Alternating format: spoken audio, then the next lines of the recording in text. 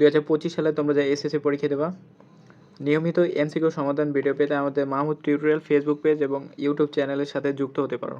তোমাদের জন্য যশোর বোর্ড 2022 সালের রসায়নে একটি এমসিকিউ প্রশ্ন সমাধান দেখাবো। 2 লিটার এবং 0.2 মোলার সোডিয়াম কার্বনেট দ্রবণের মধ্যে কি পরিমাণ সোডিয়াম কার্বনেট আছে? ঠিক আছে, এখানে তোমার 2 লিটার অর্থাৎ তোমার আয়তন দেওয়া আছে 2 লিটার। আমরা আয়তনটাকে প্রথমে মিলিলিটার নিয়ে যাব। তাহলে 1 লিটার আমরা জানি 1000 মিলিলিটার, তাহলে 2 লিটার হবে 2 × 1000 = 2000 মিলিলিটার। এখানে 0.2 মোলার অর্থাৎ এটা হচ্ছে তোমার ঘনমাত্রা বা এস এর মান দেওয়া আছে 0.2 মোলার। তারপরে তোমার এখানে সোডিয়াম কার্বনেট দেওয়া আছে আর কি পরিমাণ, ঠিক আছে, কি পরিমাণ জানতে চাইছে, তাহলে আমাদের আসলে বের করতে হবে ডাব্লুর মানটা, পরিমাণ। তারপর সোডিয়াম কার্বনেটের আণবিক ভরটা লাগবে, তা আণবিক ভর আমরা বের করে নিব সোডিয়াম কার্বনেট।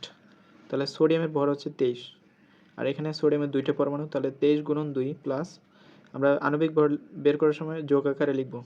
তাহলে কার্বন হচ্ছে 12 প্লাস অক্সিজেন 16 ইন্টু এখানে 3টা অক্সিজেন পরমাণু আছে 3 সমান 106।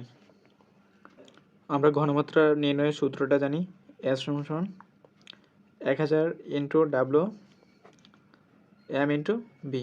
তো আমরা এখানে এইটা ডাব্লুটা বের করব। তো আমরা ডাব্লু সমান লিখতে পারি এস এম ভি ভাগ 1000, এটা লিখতে পারি। এখন আমরা এখানে মানগুলো বসাই দেব। এস এর মান কত?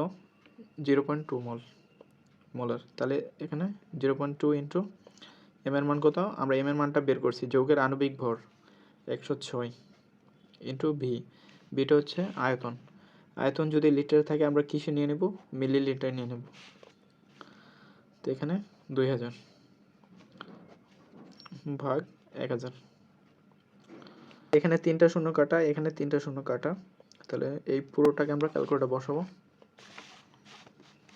0.2 ইন্টু 106 ইন্টু 2